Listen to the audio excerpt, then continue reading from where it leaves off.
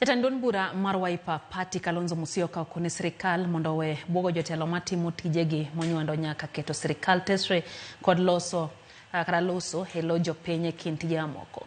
Kalonzo wacho ni Sirkal otegre kod oro duol kaka mano makedo kod mibadhi e pacho ka EACC mondo chak mieno chilo kuom jotelo ma ok sir dwach Sirkal. Mage giwache kinde alam mar wako bishop manyien mar EACC bade ma Machakos jadolo Patrick Chalo Munuve. If you are governor and you don't toe the line, then they send EACC after you. Now please, Anti-Corruption Commission should never be weaponized against people who are exercising their right of freedom. Governor Natembeya is threatened as we speak. On Monday, which is tomorrow, they're supposed to go, they have obtained a search warrants to go and search his house. Their intention in Governor Natembeya ashikwe tu onekana ameshikwa na watu wa Trans Nzoia, governor ameshikwa, alafu wamwachilie.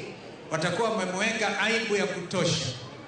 We are saying we're on the lookout, and if they dare arrest Governor Natembeya, I've spoken to my brother Eugene Wamalo, his party leader, to be on the lookout.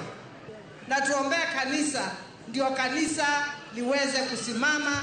Bila kanisa na kutokumjua Mungu, sisi ni bure kabisa.